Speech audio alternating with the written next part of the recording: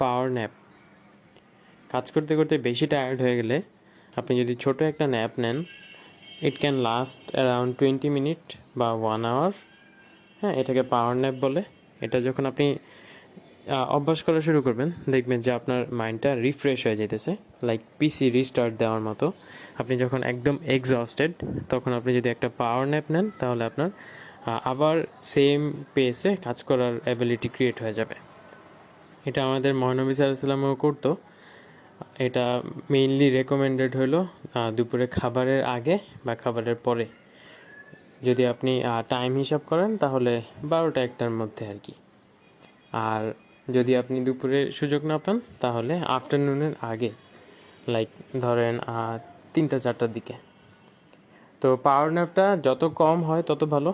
এখন এটা ডিপেন্ড করে আপনার কতটুক এক্সস্টেড লাগতেছে বা আপনার বডি কতটুক ন্যাপ এক্সপেক্ট করতেছে। কিন্তু নর্মালি ধরেন 10 মিনিট 20 মিনিটও যদি পাওয়ার ন্যাপ নেন, তাহলে দেখবেন যে মোটামুটি ভালো একটা রিফ্রেশ হয়ে যেতেছে।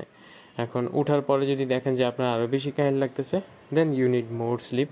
তার মানে আপনার রাতে ঘুমটা হয়নি। তো রাতে প্রপারলি ঘুমাইতে হবে। Power nap is not replacing night sleep.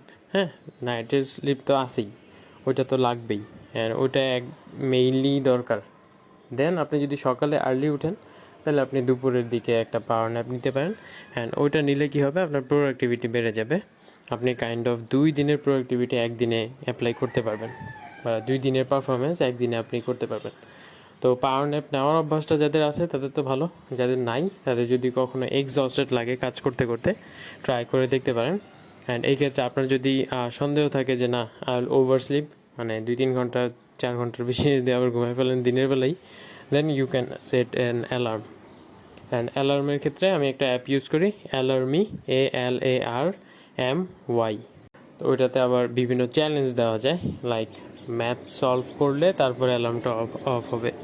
তো ওইটা যখন সলভ করবেন তার মাঝখানে আপনার ঘুমটা চলে যাবে আর কি। ইভেন আমি কি করতাম, আমি স্কুলে যখন ব্রেক দিত, ওই আধা ঘন্টার টিফিন ব্রেকের মধ্যে আমি আগে 10 মিনিট ঘুমাই নিতাম, তারপর বের হইতাম। আর যাদের অভ্যাস নেই তারা ট্রাই করে দেখতে পারেন, অনেক কাজে দেয়। Best of luck.